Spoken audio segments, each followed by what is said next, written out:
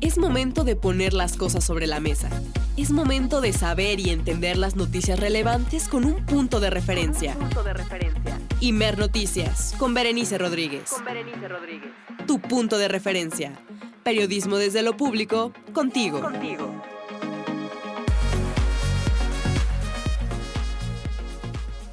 Buenas tardes, es jueves 13 de agosto de 2026, es la 1 de la tarde en punto hora del centro de nuestro país y estás escuchando Imer Noticias, tu punto de referencia. Yo soy Berenice Rodríguez y si nos lo permites estaremos contigo acompañándote durante las próximas 2 horas con toda la información que necesitas para estar informada, informado o informade. El día de hoy jueves queremos que nos ayudes a contestar la pregunta del día que es ¿a qué preparatoria o bachillerato fuiste o a cuál quieres ir? Te leemos como siempre en las redes sociales de Imer Noticias y también en nuestro número de cabina que es el 55 66 31 24 27. Ahora sí, arrancamos.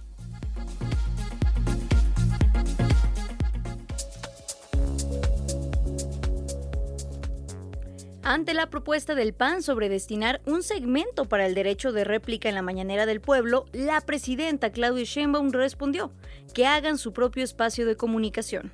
Entonces aquí es el espacio de la Mañanera del Pueblo. Ya si el PAN, el PRI, el mismo Morena quieren tener su espacio, pues tienen su espacio, deben hacer su espacio informativo. Si no tienen rating, pues ¿qué le vamos a hacer?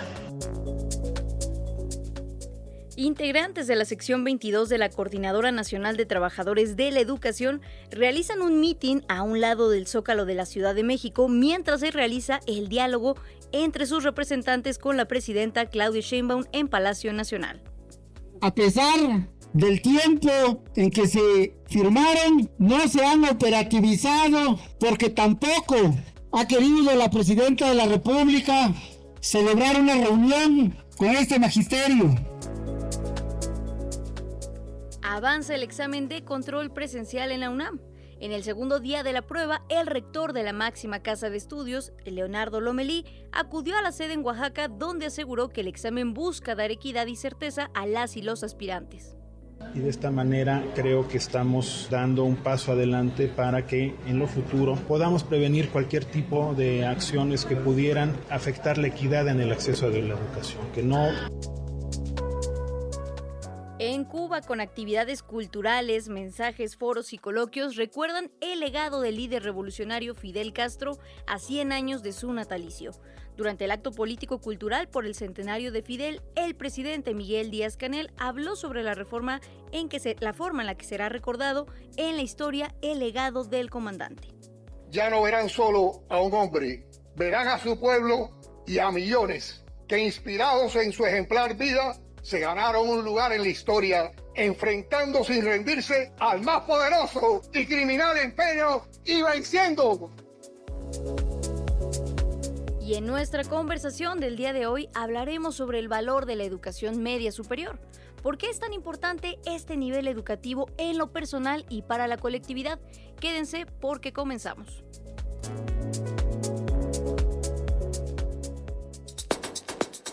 Mantén tu punto de referencia informativo.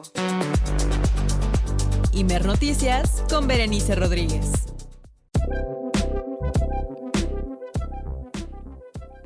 Una de la tarde ya con 4 minutos, hora del centro de nuestro país y estás escuchando Imer Noticias, tu punto de referencia. Como siempre queremos que te comuniques con nosotras y nosotros y para ello te recuerdo que tenemos medios de contacto. Puedes hacerlo a través de nuestras redes sociales. Nos encuentras en Facebook, en Instagram y en X, antes Twitter, como Imer Noticias. De igual forma nos puedes mandar un mensaje al número 55 66 31 24 27, donde estaremos recibiendo por supuesto tus saludos, tus comentarios y también tu respuesta a nuestra pregunta del día de hoy, que te la recuerdo. ¿Tú a qué prepa fuiste o a cuál quieres ir? Como siempre estaremos compartiendo todos tus mensajes a lo largo de esta transmisión. Y también para empezar tenemos un libro para ti que se titula Vivir la Noche, Historias en la Ciudad de México, en el cual se retrata toda esta vida nocturna, cultural, y también muy significativa que ha tenido la capital de nuestro país, sobre todo aquí, haciendo una narración desde los años 50 hasta los 90, a través de toda una serie de textos, pero también de muchas imágenes de lo que ha sido la vida nocturna de la capital de México. Si tú quieres este libro que se titula Vivir la Noche, Historias en la Ciudad de México, mándanos un mensaje al número 55 66 31 24 27 y será tuyo. Y antes de iniciar con toda la agenda informativa del día de hoy, como siempre agradecer a todo el equipo que hace posible esta transmisión y este proyecto informativo.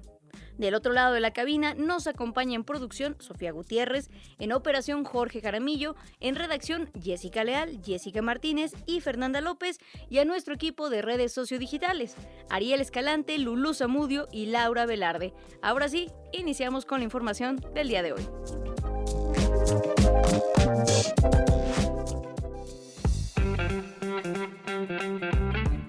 Diego Terán Maldonado y estudié el bachillerato en el Colegio de Ciencias y Humanidades Plantel Oriente, debido a que es el plantel de la UNAM para educación media superior más cercano a mi domicilio en el Estado de México, y por su plan de estudios que personalmente a mí me sirvió para orientar más mi vocación hacia las ciencias sociales, precisamente a ciencia política y administración pública, carrera que actualmente estoy por concluir.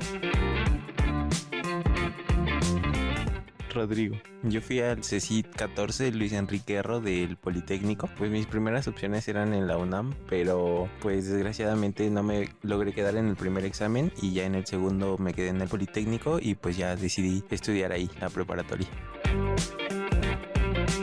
Paola Ramírez, tengo 22 años y estudié en la Escuela Nacional Preparatoria 3, justo Sierra de la UNAM. Me quedaba como a casi 2 horas y decidí estudiar ahí porque mi prima estudiaba ahí también. Era 2 años mayor, pero alcanzamos a tener un año juntas.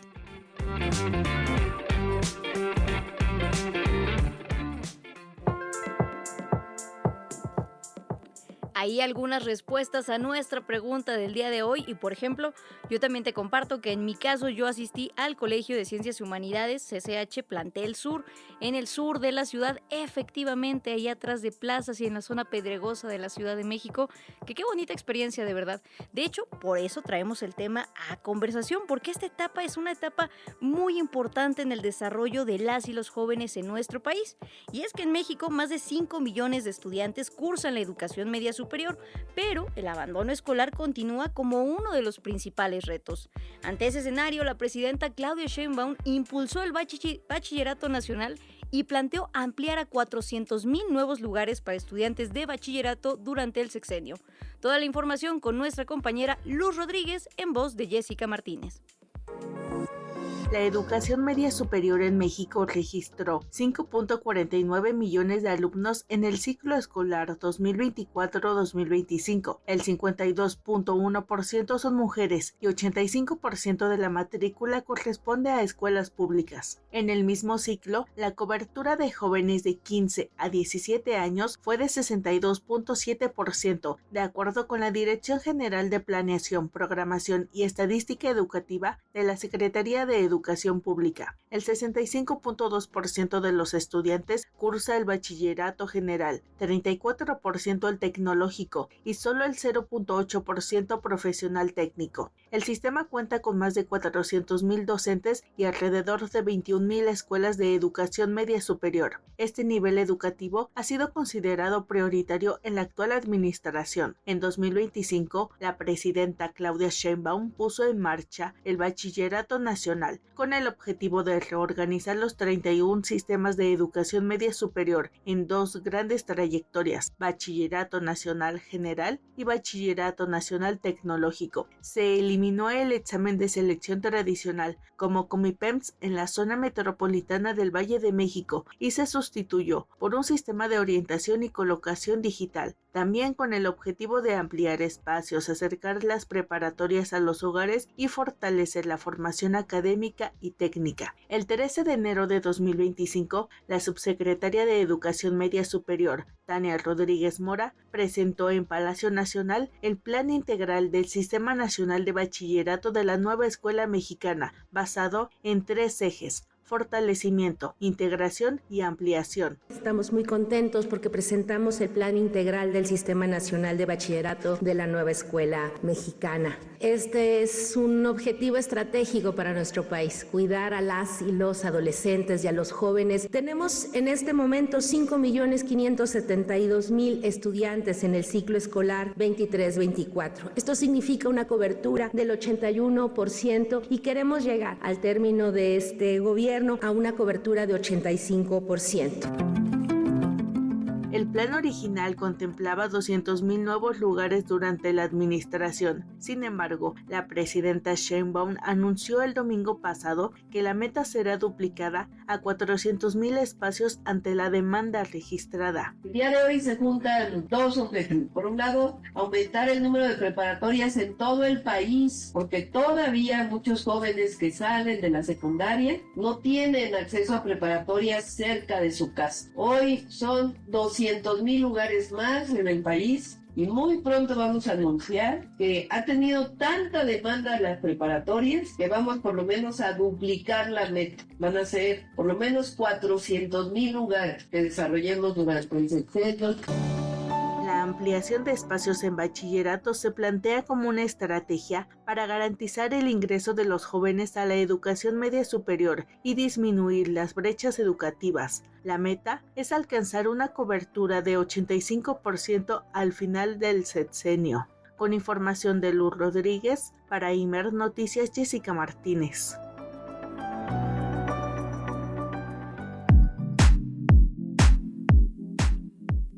Y para entender qué hay detrás de este nivel educativo, sobre todo más allá de exclusivamente lo académico, nos enlazamos ahora en Imer Noticias, tu punto de referencia, con el maestro Enrique Pérez Recendis. Él es profesor investigador en la Universidad Autónoma de la Ciudad de México, co-coordinador del Grupo de Investigación Estudios de Juventud y Comunicación de la Asociación Mexicana de Investigadores de la Comunicación. Buenas tardes, maestro, ¿cómo se encuentra? Hola, muy buenas tardes, Berenice. Todo bien. Gracias por la invitación nuevamente. Muchas gracias por acompañarnos de nueva cuenta, maestro. Sobre todo, queremos explorar el día de hoy por qué el bachillerato se vuelve una etapa fundamental en el desarrollo de las y los jóvenes de nuestro país, más allá del nivel académico, que claro que es muy importante por todos los conocimientos que se adquieren en esta etapa de la formación en la escuela, pero ¿qué hay más allá de ello? Sobre todo porque es una etapa muy interesante en la cual los jóvenes están pasando de ser prácticamente infantes, niños, a convertirse en adolescentes como tal. Es decir, acompaña una etapa del desarrollo humano muy importante. Pero ¿por qué es esencial que crucen las y los jóvenes esta etapa educativa, maestro?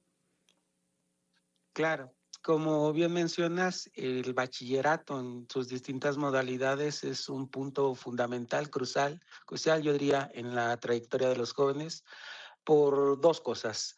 En el plano individual, en el plano personal, porque no solamente es el espacio de adquisición de conocimientos, sino que también es este espacio donde se desarrollan capacidades prácticas que tienen que ver con la resolución de problemas de la vida cotidiana.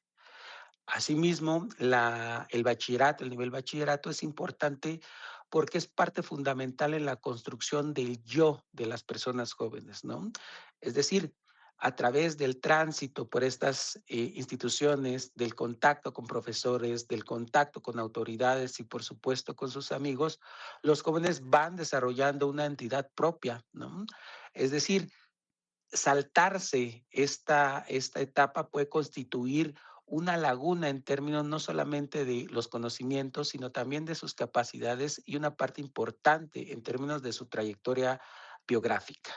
Añadido a esto, también habremos de señalar que tiene una importancia social para los jóvenes y para el resto de la ciudadanía, que tiene que ver con los procesos de socialización, que si bien se inician en periodos o en niveles escolares previos, es justamente el nivel bachillerato donde se dan los mayores exigencias, las mayores importancias justamente para que estos jóvenes aprendan a socializar, desarrollen valores, desarrollen tolerancia y justamente puedan insertarse de manera positiva o de manera más positiva en las distintas instituciones que se presentarán en sus vidas adultas.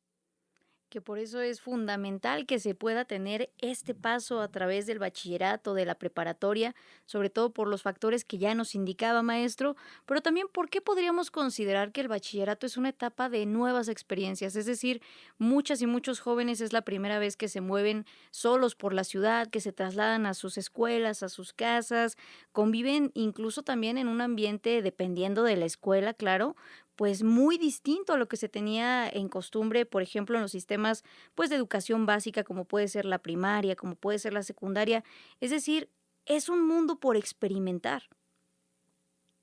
Así es, a diferencia del nivel básico, por ejemplo, la secundaria, el bachillerato obliga justamente a los jóvenes a expandir sus horizontes, a abrir sus mundos. Las secundarias regularmente son instituciones escolares muy locales. La mayoría de los chicos que van a determinada secundaria son chicos, chicas que viven en esa misma colonia o en colonias aledañas. La dispersión geográfica que tienen las instituciones de educación media superior obliga justamente a este desplazamiento por la ciudad, como bien señalabas. El tránsito en el metro, el tránsito en el camión, en el cablebús, en el metrobús, justamente dota a los jóvenes de nuevas experiencias que obligan justamente a que amplíen su círculo social, su círculo local. Esto añadido justamente en que por esta misma dispersión geográfica en el espacio de bachillerato conviven un montón de pensamientos, un montón de identidades juveniles, un montón de ideologías, un montón de expresiones políticas, artísticas, afectivas. Y eso indudablemente constituye una fuente de riqueza para la conformación de la identidad de los jóvenes. Es decir, ¿cómo saben los jóvenes lo que les gusta, lo que no les gusta, si permanecen por mucho tiempo en estos entornos locales? Lo ideal justamente sería que abran, que expandan horizontes, que conozcan mucha gente, para que a partir de diferentes elementos, distintos recursos, puedan constituirse justamente como sujetos autónomos. Eso es esencial, sobre todo, ya no lo decía, incluso también la distribución geográfica es un factor muy importante a considerar en esta etapa de nivel educativo. Estamos conversando con el maestro Enrique Pérez Recendis, profesor investigador de la Universidad Autónoma de la Ciudad de México y cocoordinador del Grupo de Investigación, Estudios de Juventud y Comunicación de la Asociación Mexicana de Investigadores de la Comunicación.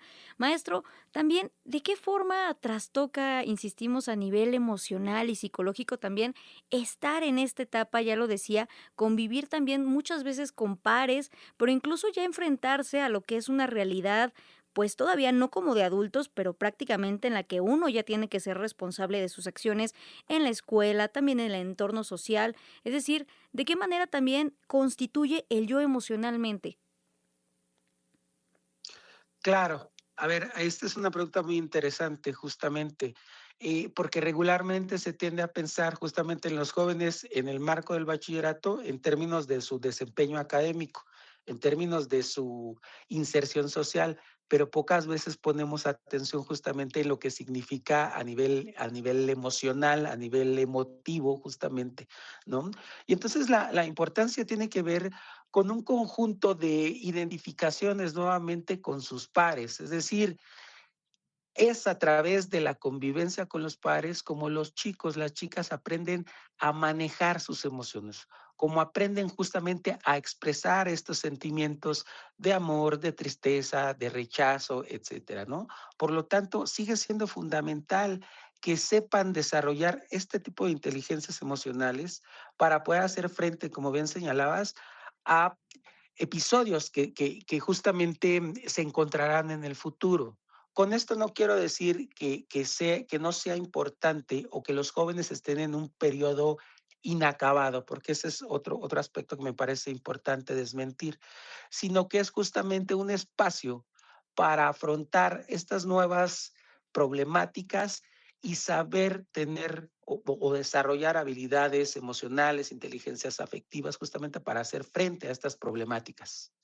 Que en ese sentido es muy importante lo que ya nos comparte, maestro, porque muchas veces se tiene esta idea de que, bueno, idea errónea, hay que decirlo, de que los adolescentes adolecen cuando en realidad tienen todo ese espacio y esa falta de experiencia porque están construyendo, están de hecho comenzando a vivir y por eso es importante también que les dejemos que sean y que ellos mismos descubran, claro, siempre cuidándoles. Y en ese sentido también, maestro, ¿cómo podemos acompañar el desarrollo de las y los jóvenes en lo que es la etapa del bachillerato? ¿Cómo podríamos estar de manera presente y responsable, pero siempre también respetando su individualidad? Porque eso es algo que también yo creo que pasa del otro lado de los adultos, que es un periodo en el cual comienza a marcarse de manera pues más fuerte, en más contraste, que esas personas que están delante de los padres, de las madres, es decir, sus hijas o hijos, sobrinos o nietos, son personas con una capacidad única, son seres independientes, con autonomía, con elecciones, con gustos. Entonces, ¿cómo acompañar todo este proceso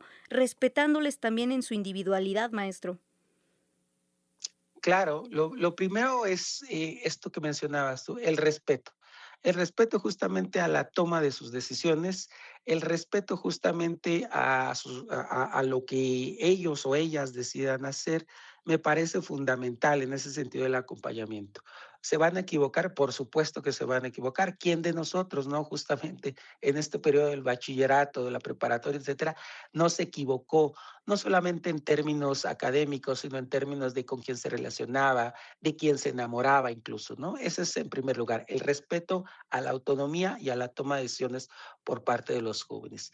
Y un segundo elemento que me parece importante señalar es ya basta justamente con estas comparativas generacionales. Como señalabas, las condiciones de los jóvenes que existían en nuestra generación son muy distintas, completamente distintas a las que se enfrentan los jóvenes de la actualidad. Por lo tanto, estos discursos que señalan, no, es que en mi generación pasaba esto, es que los jóvenes de hoy, es que cuando yo era joven, me parece que más que aportar al acompañamiento de los jóvenes en este periodo crucial de su vida, los pueden limitar, los pueden frustrar, pensando que, bueno, es que cuando mi papá iba en la preparatoria ya tenía esto, bueno, sí, pero eran otras condiciones. Entonces, estos dos ejes de trabajo, estas dos líneas, me parecen fundamental para tener un acompañamiento adecuado de las y los jóvenes en esta etapa. Eso es también algo que hay que tener siempre en cuenta, siempre en mente y sobre todo también insistimos, claro que es una etapa muy importante en el nivel de la formación académica, pero también hay que entender qué hay detrás y por qué es tan importante, de hecho, que las y los jóvenes tengan la oportunidad y las condiciones materiales necesarias para poder acceder a esta experiencia más allá de la formación académica que es el bachillerato y como ya nos lo decía, todos también pasamos por allí y todos cometimos algún error o nos tuvimos alguna equivocación y por eso también es importante que veamos a las y los jóvenes de hoy con mucha comprensión, con mucha ternura y sobre todo respeto y acompañándoles en este proceso. Maestro Enrique Pérez Recendis, agradecerle muchísimo esta conversación con toda la audiencia de Imer Noticias y sobre todo esta reflexión tan importante que nos deja de cómo acompañar a los jóvenes en esta etapa de la vida. Muchas gracias y buenas tardes, maestro. Muchas gracias. Buenas tardes, Berenice. Gracias. Qué importante es el bachillerato y por eso también las acciones que ahora se están tomando por parte del gobierno federal y también algunos locales como en Ciudad de México de decidir ampliar la oferta educativa, los espacios para que las y los jóvenes puedan cursar en cualquiera de sus modalidades este nivel educativo es esencial, ya lo decíamos, no únicamente en tanto lo académico, sino también incluso en el desarrollo psicoemocional y también aprender a socializar de las y los jóvenes de nuestro país. Es la 1:00 p.m. con 23 minutos y nos vamos a una pausa con una canción que ya es clásica, hay que decirlo, pero que nos recuerda precisamente que también hoy 13 de agosto de 2026, se están cumpliendo ya 100 años del nacimiento de Fidel Castro en Cuba. Esto es Canción del Elegido de Silvio Rodríguez. Vamos a una pausa y regresamos.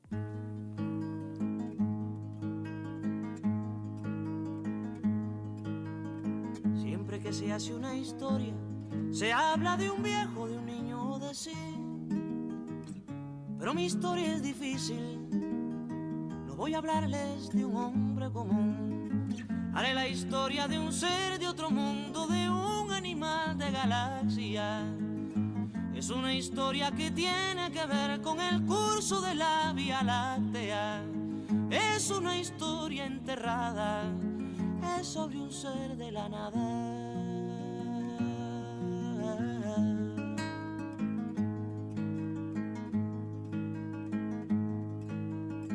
Nació de una tormenta en el sol de una noche el penúltimo mes.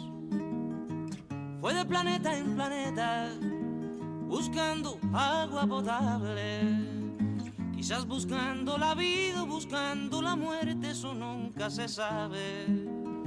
Quizás buscando siluetas o algo semejante que fuera adorable, o por lo menos querible, besable, amable.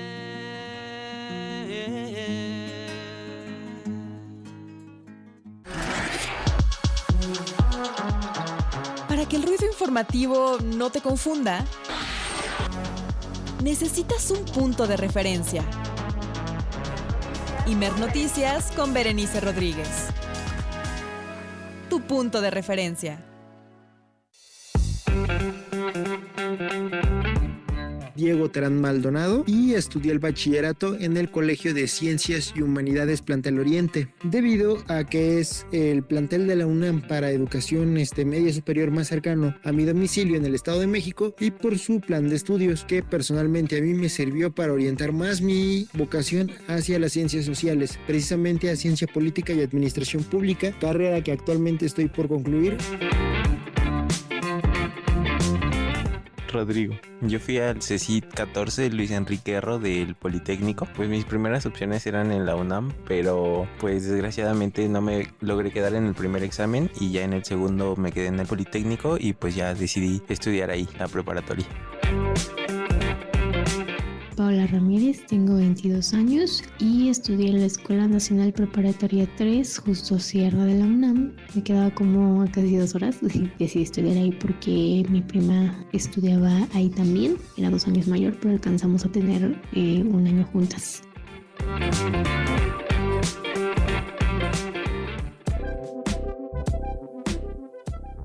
Estamos de regreso y también queremos leerte y escucharte a ti. ¿A qué preparatoria o a qué prepa fuiste o a cuál quieres ir si todavía no has cursado esa etapa? O bueno, también si te encuentras cursándola, claro que sí. Mándanos tu respuesta a nuestro número en cabina 5566 31 24 27 y la estaremos compartiendo a lo largo de esta transmisión. Continuamos con la información.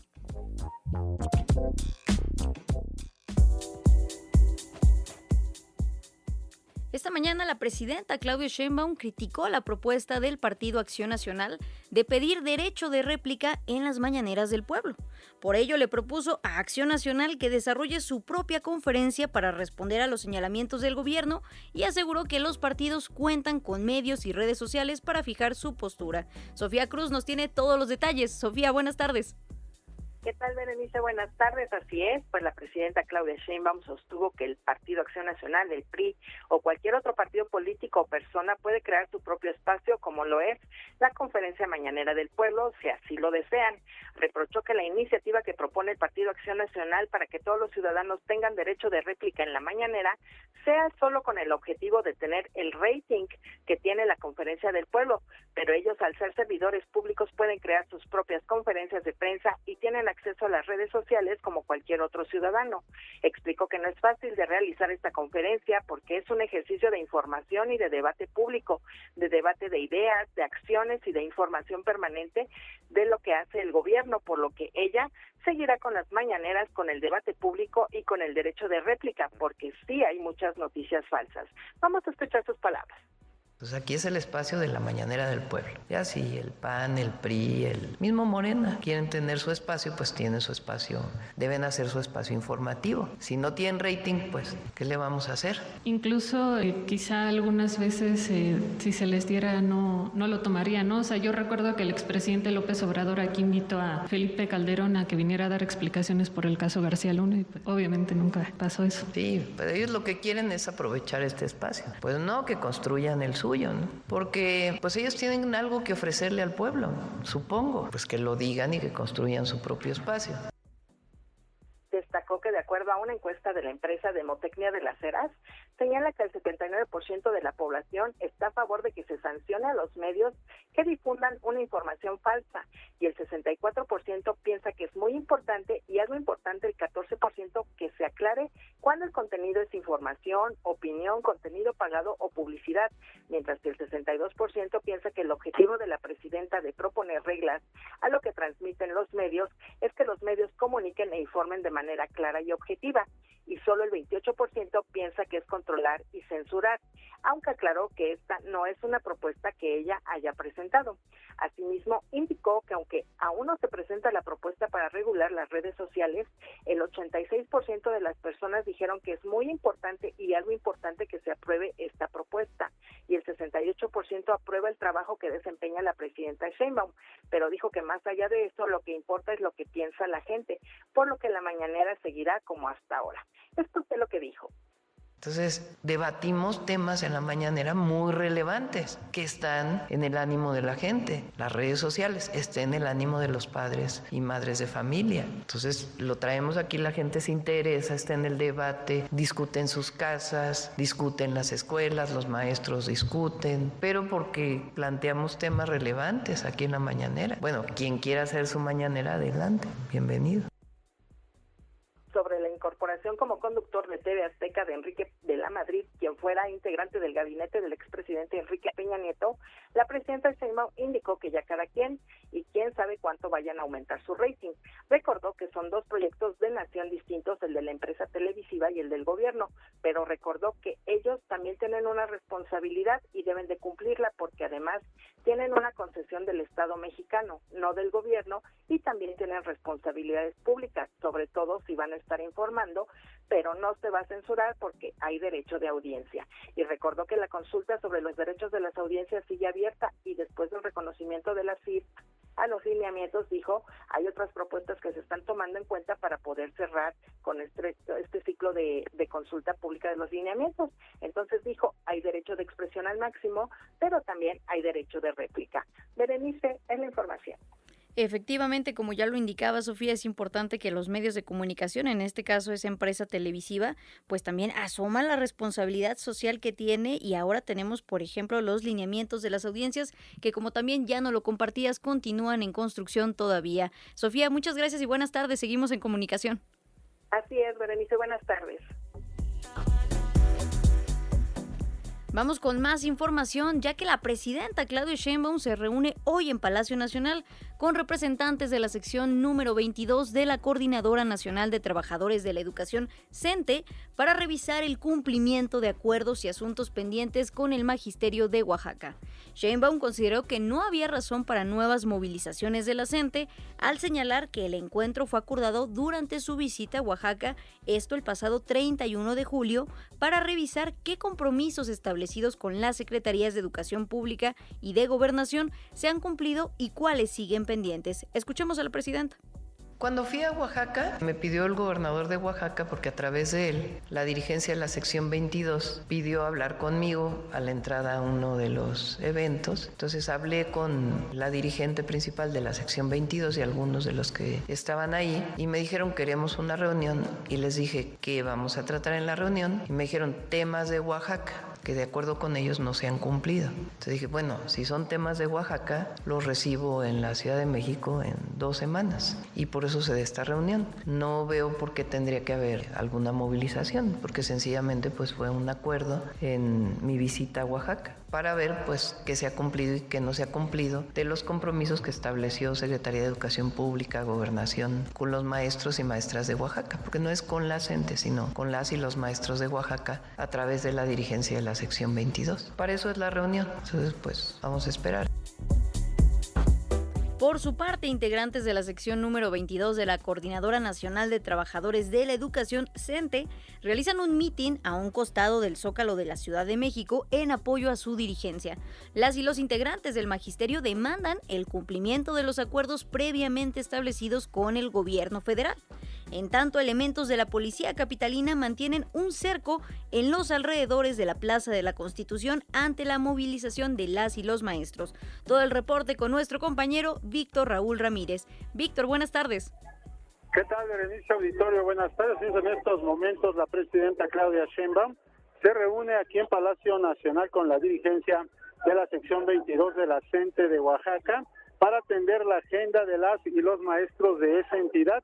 Los integrantes de la sección 22 de la CENTE exigen el cumplimiento de los acuerdos firmados con el gobierno federal, como son recursos para mejorar los planteles educativos en esa entidad en Oaxaca, asignación de nuevas plazas y regularización de categorías administrativas, así como recursos para la reposición de uniformes escolares. Vamos a escuchar lo que señalaron hace unos minutos en un mitin que están realizando aquí sobre la avenida Pino Suárez en apoyo a esta reunión que sostiene la dirigencia de la CENTE. Vamos a escuchar.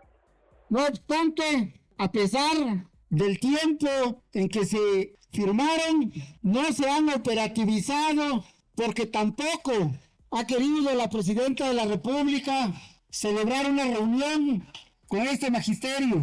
Por eso, como todos ya lo saben, fue en una interrupción de su gira por Oaxaca cuando se le interceptó en la región mixteca para que se le presionara y aceptara sentarse en la mesa del día de hoy y a través de ella se operativicen esas minutas firmadas y esos acuerdos logrados. Y bueno, pues cabe señalar que los integrantes de la CENTE insisten también en la abrogación de la ley del ISSSTE del año 2007 y también de la reforma educativa. Y hay que señalar que esta reunión aún no ha concluido. Estamos en espera de que salga la comisión que ingresó a reunirse con la presidenta Claudia Sheinbaum aquí en Palacio Nacional, donde, por cierto, alrededor del Palacio Nacional, desde las primeras horas de este jueves, cientos de elementos de la Policía Capitalina llevan a cabo un cinturón de seguridad alrededor de la plancha del Zócalo Capitalino, esto para evitar el ingreso de los integrantes de la CENTE. Y bueno, pues como te menciono, estamos aquí en espera de que pues ya salga esta comisión para que nos den a conocer los resultados de esta reunión con la presidenta Claudia Sheinbaum. Ese es mi reporte. Víctor, muchas gracias. ¿Aproximadamente cuántos maestros conforman el mitin que ya nos contabas está aconteciendo en el Centro Histórico de la Ciudad de México? Y también, ¿cuál es el ánimo de las y los maestros? Pues alrededor de 400, 500 entre maestras y maestros se reunieron hace unas horas aquí sobre la avenida Pino Suárez. Ahorita están dispersos debido a que, como te menciono, todavía no sale la comisión de Palacio Nacional. Una vez que salgan, se van a reunir en el lugar donde hicieron el mitin, que es aquí en la avenida Pino Suárez, y les van a dar a conocer los resultados de esta reunión. Muchas gracias, Víctor. Seguimos al pendiente de los resultados de este encuentro entre la presidenta Claudia Sheinbaum y la sección 22 de la CENTE. Gracias y buenas tardes, Víctor. Hasta luego. Y cambiando de tema, el rector de la UNAM, Leonardo Lomelí Vanegas, supervisó en Oaxaca la segunda jornada del examen de control presencial para el ingreso a licenciatura. Durante un recorrido por la sede del Hotel San Felipe, conversó de hecho con algunos aspirantes, entre ellos Carlos Alexander Soriano, el primer estudiante en concluir la prueba en la entidad. Escuchemos. De ahí en fuera del examen, pues la verdad lo sentí bien. Creo que me gustó más esta fase que la primera, que pues ahora sí que estar viendo a cada rato las preguntas y tener que quitarlas, sí te distrae, quita tiempo, un poco de concentración. Y es que recordemos que esta evaluación extraordinaria, examen de control, se ordenó tras detectar resultados atípicos en la prueba de mayo, atribuidos a presuntas trampas y al uso no permitido de inteligencia artificial en esta prueba que se realizó, recordemos, completamente digital. También se aplica exclusivamente a quienes alcanzaron el puntaje de ingreso para confirmar su mérito académico, mientras la universidad mantiene suspendidos los trámites de inscripción. En la sede oaxaqueña, 1,239 jóvenes tramitaron cita en alguno de los 3 turnos programados. Se trata de un examen digital de 120 preguntas o aciertos, presencial, sin conexión a internet y bajo estricta supervisión. Sobre el objetivo de garantizar equidad en el proceso, habla el rector Leonardo Lomelí Vanegas. Podamos prevenir cualquier tipo de acciones que pudieran afectar la equidad en el acceso a la educación, que no tengan ventaja aquellos que pudieran acceder a algún tipo de ayuda que puso en desventaja al resto de las y los aspirantes. Vamos a otros temas, ya que el gobierno de Estados Unidos reanudó de manera total sus actividades oficiales en Michoacán. La decisión se tomó tras evaluar las condiciones en la zona y las medidas de seguridad implementadas por las autoridades mexicanas. A través de un comunicado, el embajador estadounidense, Ronald Johnson, reconoció la labor del Gabinete de Seguridad de México y destacó también que el regreso a las operaciones es un resultado tangible de la cooperación entre los gobiernos de Donald Trump y la presidenta Claudia Sheinbaum. Enfatizó que la prioridad sigue siendo la seguridad del personal diplomático y de la población local, además de proteger la producción de alimentos, las cadenas de suministro y el comercio bilateral. La secretaria de Agricultura y Desarrollo Rural, Columba López, agradeció el trabajo de las autoridades de ambos países y afirmó que se mantendrá el apoyo para el sector productor. Seguimos respaldando a nuestras y nuestros productores, quienes hacen de nuestro campo un referente global, expresó en sus redes. Por su parte, el gobernador de Michoacán, Alfredo Ramírez Bedoya, celebró el restablecimiento de las actividades y agradeció el respaldo constante de la presidenta Claudia Sheinbaum para alcanzar este acuerdo.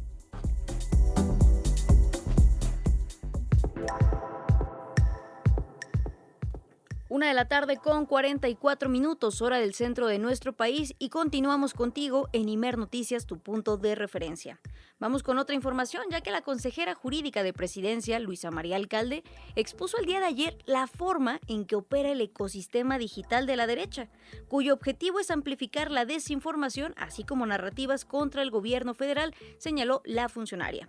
Pero ¿qué tanto impacto puede tener este ecosistema en la población mexicana, donde la población está cada vez más conectada a Internet y también las redes sociales ocupan ya un lugar central en la manera en que las personas nos comunicamos, nos informamos y nos entretenemos? Nuestra compañera Jessica Leal nos informa sobre cómo navegan las y los mexicanos en el entorno digital. En México hay 104.9 millones de personas usuarias de Internet, equivalente al 86.1% de la población mayor de 6 años. La cifra aumentó 3 puntos porcentuales respecto a 2024, de acuerdo con la más reciente encuesta nacional sobre disponibilidad y uso de tecnologías de la información en los hogares, ENDUTI, elaborada por el INEGI. El crecimiento se refleja en los hogares en los que el 78.3%, es decir, 7 de cada 10, cuenta con conexión a Internet, prácticamente el doble de lo registrado en 2015, cuando la proporción era de 39.1%. La comunicación es la principal actividad de las personas usuarias de Internet en nuestro país, con el 93% señaló la ENDUTI, mientras que el 89.2% la utilizó para acceder a redes y 87.9% para buscar información. Pero el entretenimiento también tuvo un peso importante, con el 89.6%.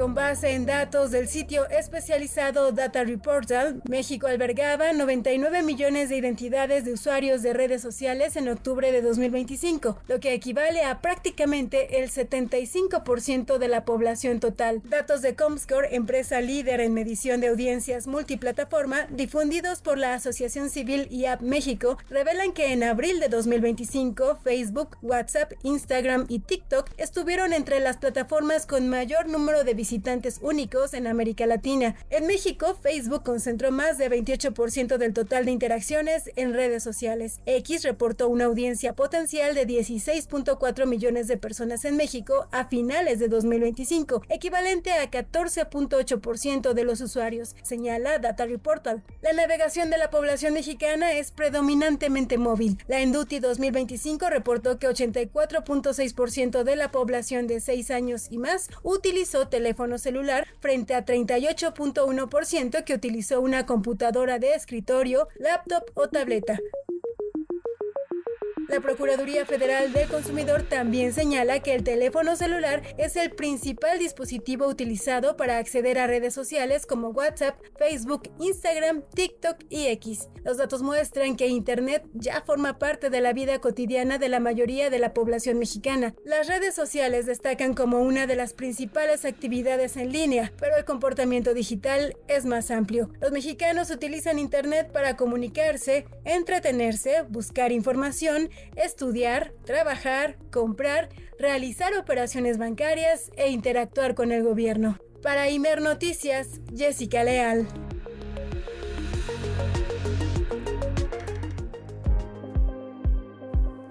Ahí esta radiografía de cómo las y los jóvenes mexicanos utilizan el Internet en este momento de la historia y sobre todo también cómo se tiene acceso y de qué formas. Pero para entender qué hay detrás de todo este nuevo ecosistema que ahora se articula de forma virtual, el cual también está siendo utilizado por las ultraderechas y movimientos conservadores, nos enlazamos ahora en Imer Noticias, tu punto de referencia, con el doctor Carlos Augusto Jiménez Zárate. Él es investigador de la neointeracción sociodigital. Buenas tardes, doctor, ¿cómo se encuentra? Hola, buenas tardes, Berenice. Un saludo a ti y a toda la audiencia de Imer Noticias.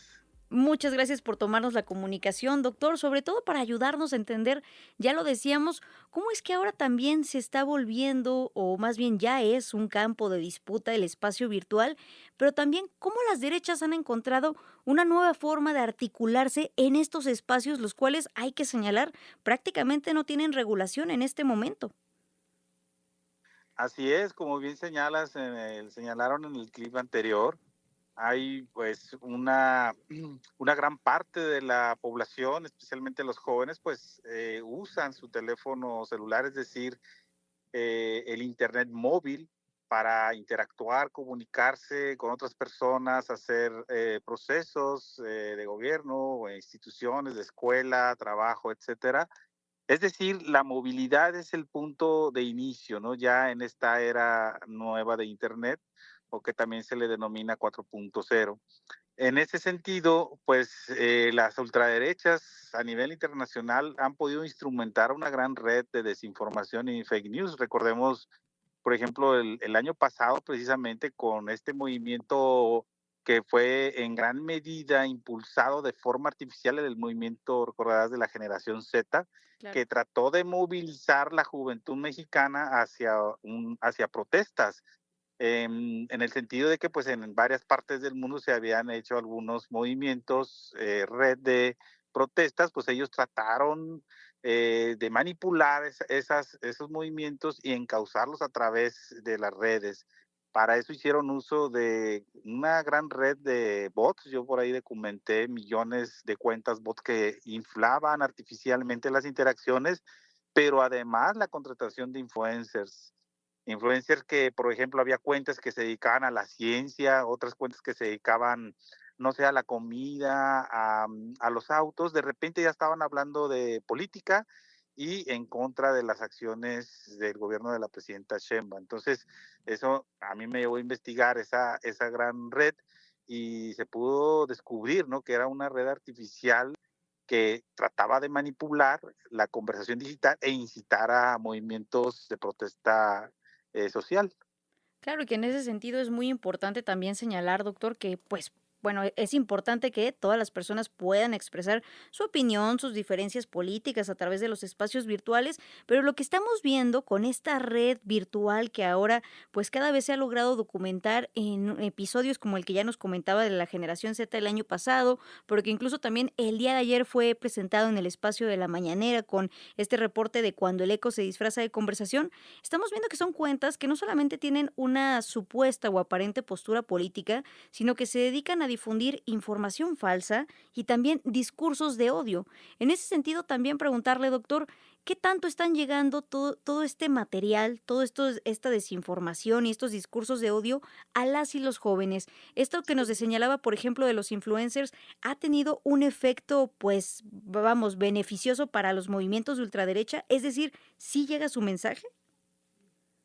Mira, qué buen señalamiento estás poniendo sobre la mesa. Déjame decirte que, bueno, los estudios que yo he realizado, estas redes con un alto contenido negativo, violento y de ataque, están llenos de contenidos de clasismo, racismo, llegan hasta tener hasta un 80%, es decir, el 80% del contenido que genera es de violencia.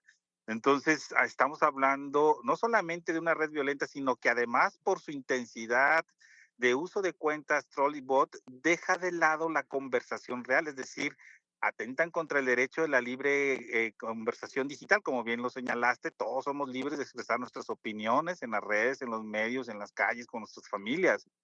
Pero este derecho se ve eclipsado por ellos mismos, porque no se puede debatir o tener una conversación porque inmediatamente te caen estos ejércitos de troll bots. Y esto ha permeado, como la pregunta la que hacías, ha permeado en la baja participación real de los jóvenes. Lo vimos en estas convocatorias de marchas de la generación Z, los jóvenes no se sumaron. En realidad ellos pues estaban observando que este movimiento estaba creado a base de mentiras y desinformación, a base incluso, por ahí recordarás que había videos creados con inteligencia artificial, donde el Palacio Nacional estaba siendo quemado, etcétera, ¿no? O sea, es decir, una serie de contenidos totalmente fuera de lo real, ¿no? Entonces los jóvenes yo creo que han sabido hasta ahorita leer muy bien estos mensajes de estos grupos de ultraderecha y no se han sumado porque es una realidad que ellos están tratando de manipular a estos grupos de ultraderecha a través de memes, videos hechos con inteligencia artificial, como bien señalas, pues todos estos contenidos no están regulados, pero sí, déjame decirlo, por ejemplo, los ataques, el spameo, emitir contenido de odio, sí está, digamos, en las reglas de operación de todas las plataformas. Lo que pasa que se ha permitido, porque bueno, se ha señalado también, y yo también lo puedo demostrar, que al menos en X, en la red de Elon Musk, hay un total sesgo hacia los grupos de ultraderecha. Entonces eso, pues, no abona una verdadera conversación digital, sino que ya está cargado de antemano que todos los contenidos de ultraderecha, pues, van a ser permitidos. Efectivamente, estamos conversando con el doctor Carlos Augusto Jiménez Zárate, investigador de la neointeracción sociodigital. Doctor, también preguntarle cuáles son los riesgos de que efectivamente movimientos conservadores o de ultraderecha o en general movimientos o personajes infecten lo que es el entorno digital con estas prácticas que ya lo decíamos, actúan completamente en la opacidad y que no generan realmente un contenido de valor o incluso información verídica u opiniones sustentadas en hechos o lo más básico que sería el respeto con las audiencias a través de todas estas plataformas digitales. Y mira, por ejemplo, en las mediciones que yo he realizado en los ataques específicamente dirigidos en México contra el movimiento de la Cuarta Transformación, desde hace años detectamos que, por ejemplo, por al menos hay 3 clústeres internacionales donde hay troll centers, es decir, esta red internacional de que te platicaba de ultraderecha, pues opera en España, Argentina y Colombia. Ya sabemos que recientemente, pues Colombia se ha sumado a los gobiernos de derecha y ultraderecha, ¿no? Argentina también. Entonces, pues sí ha habido, sí hay un efecto en la sociedad a nivel, digamos, de otros países, en Sudamérica principalmente, donde estos contenidos, pues de tanto estar ahí insistiendo día con día, hora con hora, o sea, ellos no cesan, Berenice, todos los días es una red continua de ataque, es decir, y eso te habla también de su misma sistema, es decir, no es humano, aquel que está continuamente. Yo he podido monitorear cuentas que 24 horas están emitiendo contenido. Eso pues va en contra de cualquier actividad humana, ¿no? Entonces, ellos mismos se develan al tener esa actividad como cuentas sistemáticas. Entonces, el impacto, pues ahí está, ¿no? En los países sudamericanos, Ecuador, Perú, Colombia, Argentina. En México, pues se ha podido resistir a estas campañas de calumnias y mentiras. Yo lo he dicho en varias ocasiones, lo refiero en gran medida al trabajo que se hace en la mañanera, ¿no? Es decir, este bloque de contención de las mentiras que se emiten continuamente por la mañana, diariamente está desmintiendo. Es una gran labor de comunicación de parte de la presidenta Sheinbaum que inició el presidente López Obrador, que continuamente, pues ahí estaba todos los días desmintiendo, ¿no? Porque ya hasta había un patrón, recordarás que cada viernes en el sexenio del presidente López Obrador, cada viernes sufría un infarto, le hacían un cateterismo, ¿no? Entonces, ellos ya hasta tenían días de qué mentiras propagar. Entonces, era absurdo totalmente, la gente, pues obviamente, pues ya no les creía, ¿no? Efectivamente, ha sido un ataque sistemático y sobre todo lo que ya nos señalaba que también es muy importante, ni siquiera se está tratando ya de personas que estén detrás de las pantallas escribiendo todas esas noticias falsas, amplificando la desinformación o estos discursos de odio, sino que nos estamos enfrentando a lo que son cantidades millonarias invertidas para generar granjas de bots y toda una serie, pues prácticamente automática de códigos y demás que repiten y amplifican estos mensajes con un interés específico que es cooptar a las personas que están del otro lado de la campaña o bien confundirlas, darles información falsa o incluso también alimentar desde el lado negativo de las emociones, sentimientos que están pues basados en hechos prácticamente falsos. Finalmente, doctor, ¿cómo se pueden ayudar las y los jóvenes para detener o para no ser tan vulnerables a todo este tipo de ataques que ya nos decía están de forma permanente en el ecosistema digital? Sí, mira, qué buena pregunta, Berenice, y un mensaje a todos los jóvenes y en general al público en general. Estas recomendaciones pues son tener diversas fuentes de información. Todos tenemos algún medio o algún personaje, algún influencer favorito, pero si se trata de cuestiones políticas, yo diría tener al menos 3, 4 fuentes de información de distintas, digamos, categorías, es decir, sabemos, y eso es un debate abierto, que los medios se puedan definir totalmente como de derecha o de izquierda, porque pues se disfrazan como medios informativos y son más bien de opinión, ¿no? Entonces, bueno, siempre los grandes medios, como ya se ha estudiado bastante, los grandes medios de comunicación masiva, me refiero a la radio, televisión, los periódicos de antaño, ¿no? Pues todos esos estaban bajo las directrices neoliberales, es decir, dependían de facto del poder económico. Entonces, en aquel tiempo, pues los ciudadanos pues, no tenían muchas opciones, todos decían lo mismo en la tele, en la radio, en los periódicos.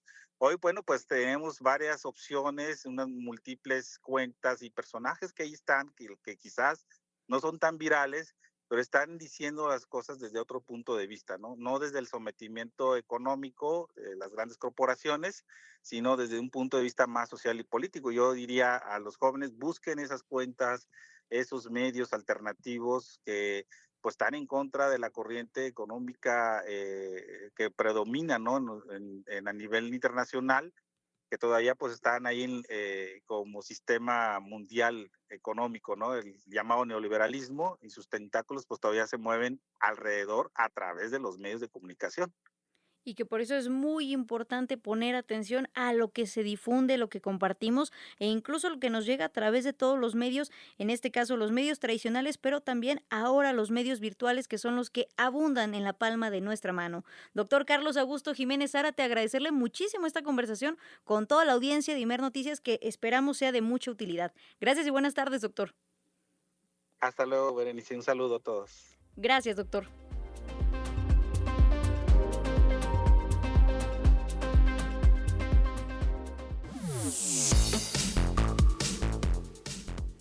Ya son las 2 de la tarde con 1 minuto, hora del centro de nuestro país y llegó el momento de la infodemia y es que como ya lo platicábamos, el entorno virtual está infectado de desinformación y discursos de odio. En este caso, en las redes sociodigitales circula un video sobre supuestos lujos de un interno en un penal del Estado de México.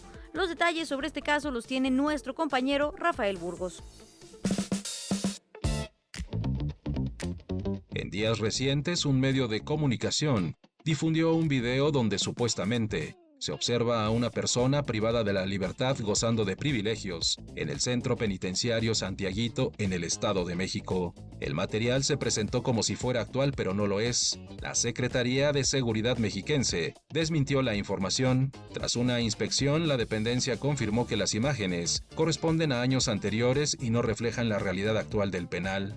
Asimismo, la autoridad informó que la persona fue trasladada al Centro Penitenciario de Otumba Tepachico, con el fin de mantener el orden, la gobernabilidad y fortalecer las condiciones de reinserción social. Por ello, va de nuevo nuestra sugerencia, antes de compartir un video, verificar la fecha y la fuente. Un contenido viejo, presentado como nuevo, también es desinformación. Para Imer Noticias, Rafael Burgos.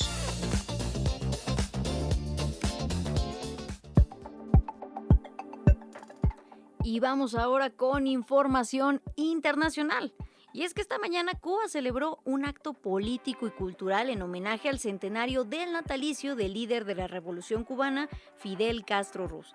En medio del acerco económico, financiero y energético que enfrenta la isla debido a las políticas de Estados Unidos, el presidente de Cuba, Miguel Díaz-Canel, sostuvo que en los ideales de Fidel Castro siguen estando la clave para resistir.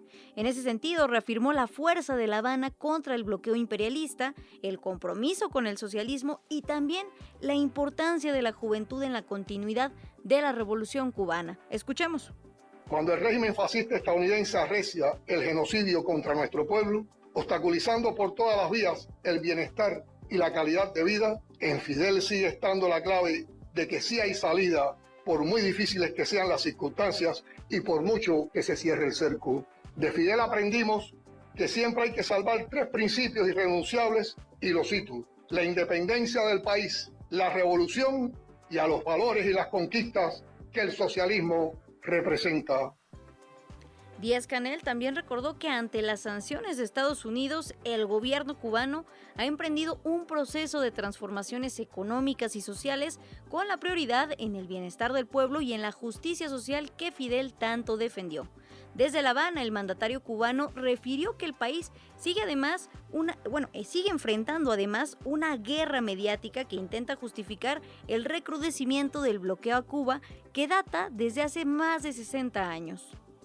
La reemergencia del fascismo en el mundo le está imponiendo al sur global una guerra ideológica que en sus dimensiones cultural y mediática insiste en blindar el capitalismo como hegemónico destino subordinado a la lógica imperialista e intentan borrar la memoria histórica, recolonizarnos culturalmente y romper nuestras identidades. Paralelamente y en función de los mismos objetivos, transcurre la guerra mediática con el fin de justificar guerras y agresiones tan incompatibles con el derecho internacional como el genocidio en Gaza, la agresión a Irán o el cerco energético a Cuba.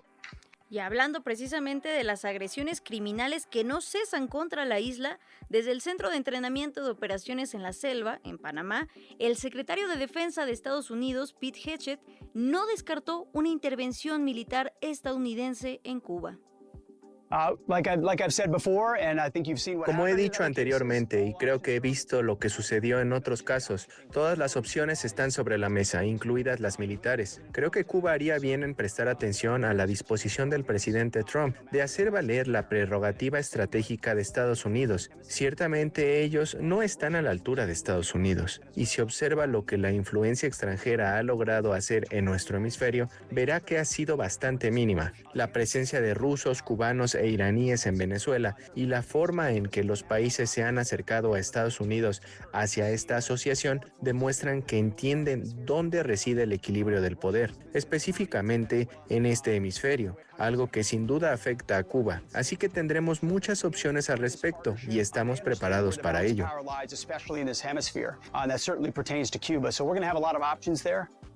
Defender y luchar por su soberanía es el único delito, aparentemente, ante los ojos de Estados Unidos que ha hecho el pueblo de Cuba, y que por eso, ya lo decíamos, 60 años de agresiones y asedio constante, ahora también un bloqueo criminal económico y también de energéticos que intentan asfixiar de manera general a toda la isla y a toda su población.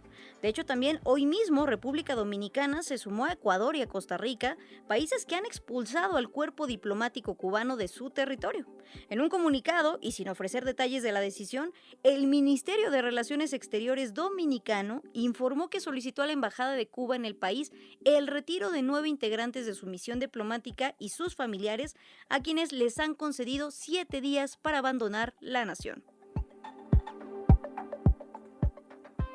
En otra información, el colectivo Solidaridad invita a la jornada que se realizará por los 100 años de Fidel Castro en el Zócalo de la Ciudad de México. Natalia Matamoros nos amplía la información. Buenas tardes, Natalia, te escuchamos. Buenas tardes, Berenice. Un saludo a ti y al auditorio. Comentarte que sí, efectivamente, en el marco de este centenario natalicio de Fidel Castro, periodistas, académicos y representantes de la sociedad civil se reunieron acá en el Zócalo para dar una ponencia en la que destacaron su influencia política, social y pedagógica en Cuba, América Latina y otras regiones del mundo, así como su vínculo histórico con México y con figuras como el expresidente Lázaro Cárdenas.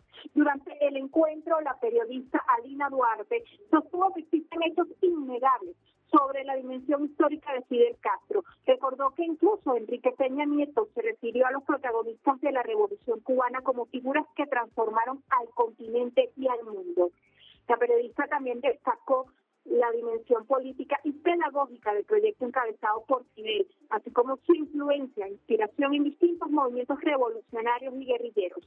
Subrayó que su lucha por la justicia social no tuvo fronteras y afirmó que La Habana continúa siendo para sus simpatizantes la capital de la esperanza.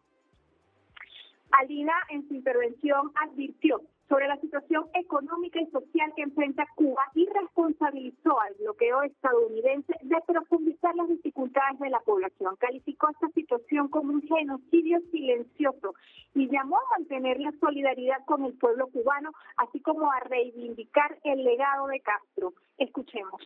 Mucho se habló de las bombas, de las tácticas del sionismo en Palestina, pero poco se habla de cómo están asfixiando y encontrando milimétricamente la forma de asediar y asesinar a cerca de 10 millones de cubanos y cubanas. Y eso es algo que no solamente hay que denunciar, hay que seguir con la práctica de que la solidaridad que ejerció la revolución por tantas décadas puede ser también nuestra práctica.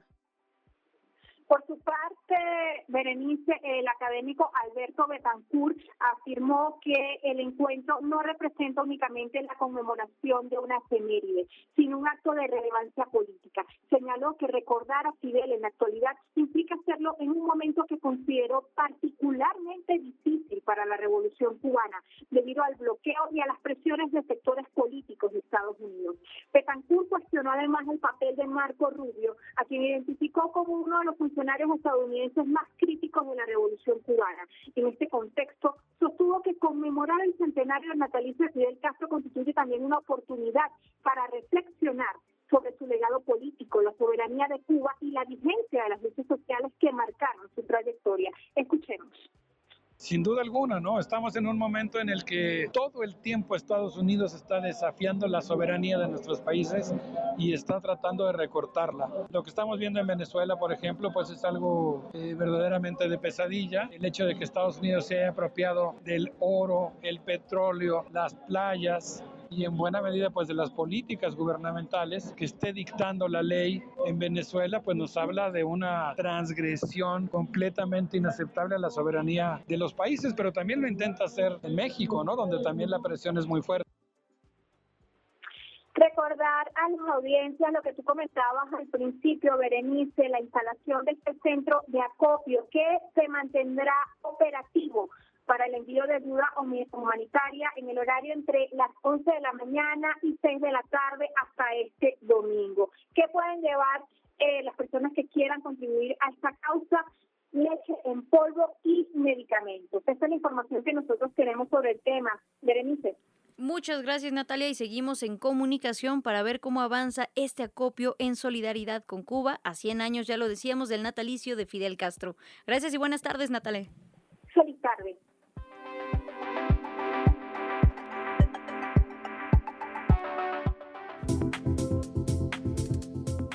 Dos de la tarde ya con 11 minutos, hora del centro de nuestro país, y también hay que entender a Cuba en todas sus dimensiones y además de la revolución como tal, un aspecto muy importante con el cual ha desafiado esta isla, esta pequeña isla, a todo el imperialismo y también a todo el sistema capitalista que hemos enfrentado desde décadas y siglos pasados, pues precisamente es el ámbito cultural.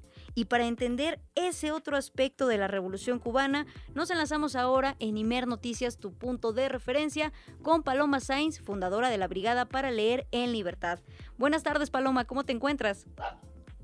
¿Qué tal? Buenas tardes, muy bien, muchas gracias y contenta de estar con ustedes. Muchas gracias por tomarnos la comunicación, Paloma. Sobre todo, ya lo decíamos, se cumplen 100 años del nacimiento de Fidel Castro y con ello, evidentemente, es importante que volteemos a ver a la isla y sobre todo más ante las agresiones que viven de forma permanente por parte de Estados Unidos. Pero quisiéramos conversar contigo, Paloma, acerca de por qué Cuba se ha posicionado culturalmente como un ente, como un faro del progresismo a nivel internacional durante tantas décadas. Pues mira, sobre todo porque hubo una revolución, ¿sí? Quiero decir que verdaderamente Cuba es un faro, ¿sí? Para toda América Latina de una manera muy especial, sino que te podría decir que para todo el mundo, ¿sí? Todo lo que se avanzó en tanto a cultura dentro de la isla, sí, fue muy importante, no solamente para ellos, fue muy importante para todos nosotros. Yo recuerdo que toda nuestra generación se formó con libros que editaban en Cuba y que nos llegaban a nosotros verdaderamente a precios además módicos, ¿sí? Que podíamos comprar. Y bueno, y que además se volvió no solamente para toda la cultura, sino en particular para lo que yo me dedico, que es el fomento de la lectura, para mí fue importantísimo. Quiero decirles que si me dediqué a eso fue gracias a un viaje que fui a La Habana y que les cuento la anécdota, iba yo a verme con Paco Ignacio habíamos quedado de vernos en una librería y cuando me voy acercando parecía verdaderamente que había como un mitin o como una fiesta popular o como algo, que había muchísima gente en una calle, pero de pronto me doy cuenta que están haciendo cola. Yo digo, ¿de qué? ¿Para qué? Bueno, habían salido 2 libros. Eso era todo lo que había, ¿sí? Era impresionante, o sea, cómo realmente el acceso a la lectura y cómo lo que es la importancia que se le dio en la revolución a la cultura, ¿sí? Cómo había vuelto a un pueblo, ¿sí? Que unos años antes tenía un altísimo grado de analfabetismo, ¿sí? A de pronto ser un pueblo sumamente lector, ¿sí? Desafortunadamente todo lo que ha pasado todos estos años, el bloqueo tan brutal que han tenido y demás, pues han hecho que cada vez se reduzca más, que la producción de libros pues sea casi nula, ¿sí? Pero aún así la cultura cubana de verdad es como un faro para toda América Latina.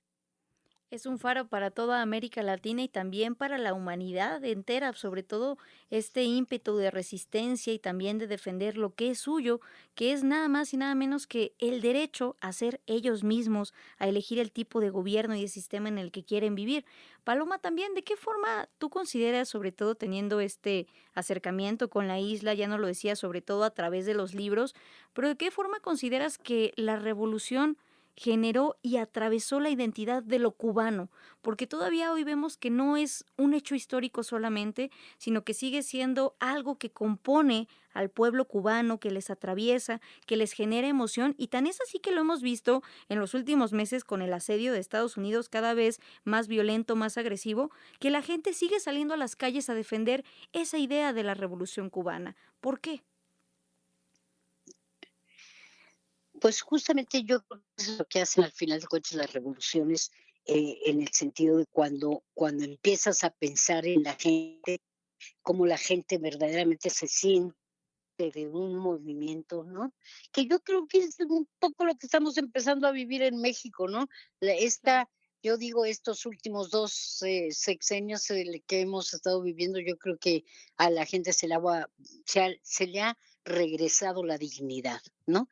Y eso es lo que tiene el pueblo cubano, que cuando se sintió que él era parte de todo un cambio, de todo donde lo importante era el hombre, no el dinero, donde lo importante era la cultura, ¿sí? Y no a ver cuántas cosas más tengo en la vida, ¿no? Y cómo acumulo cosas. Yo creo que ahí cambia absolutamente y por eso los defienden los cubanos con todo. Es cierto que últimamente cada vez es más difícil, ¿sí? La vida allá, ¿no? Verdaderamente por eso necesitan de todo nuestro apoyo para intentar, pues, mandarles lo básico para poder seguir sobreviviendo, pero verdaderamente es heroico lo que ha hecho el pueblo cubano. Entonces sí, tienes toda la razón, no solamente para América Latina, lo que pasa es que para América Latina nos queda muy de cerca, pero creo que sí es un ejemplo para todo el mundo. Paloma, también, ya lo platicábamos, hubo toda una serie de expresiones culturales, desde la música, la medicina, también a ti pues ya nos lo compartías de forma muy bonita, cómo te marcó precisamente ese encuentro con la isla, con los libros, con su cultura, pero ¿cómo crees que eso hoy en día también vive en todo el mundo? Por ejemplo, en México, con quien tenemos una relación muy cercana, de hecho, con el pueblo cubano. Ajá, pero que no te entendí qué es lo que la pregunta. Que ¿cómo crees que ha marcado también todo este ímpetu cultural a través de la música, de las artes, a No, todo lo que es? ha sido fundamental. Ha sido fundamental. Nos ha marcado verdaderamente toda la cultura cubana, nos ha marcado de una manera impresionante. Yo recuerdo cuando yo tenía 15, 20 años, ¿no? Te sabías todas las canciones de la trova cubana, habías leído todos los libros que habían publicado los cubanos, ¿no?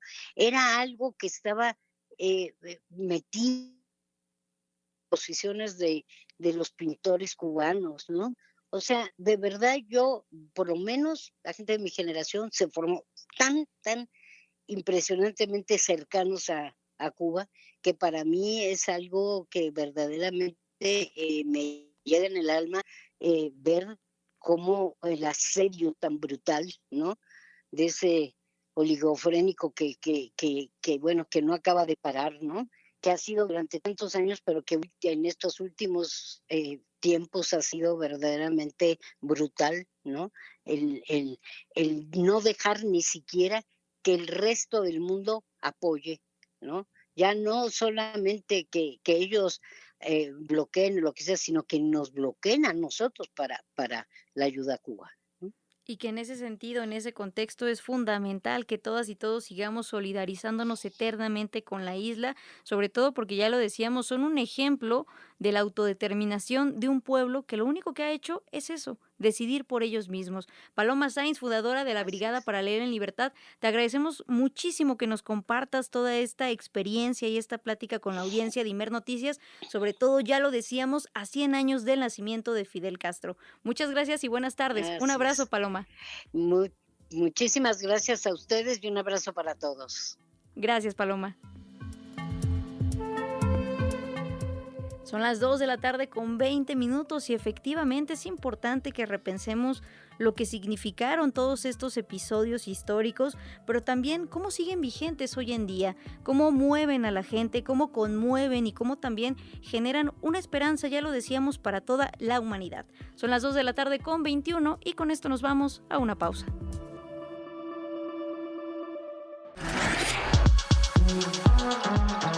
Para que el ruido informativo no te confunda, necesitas un punto de referencia.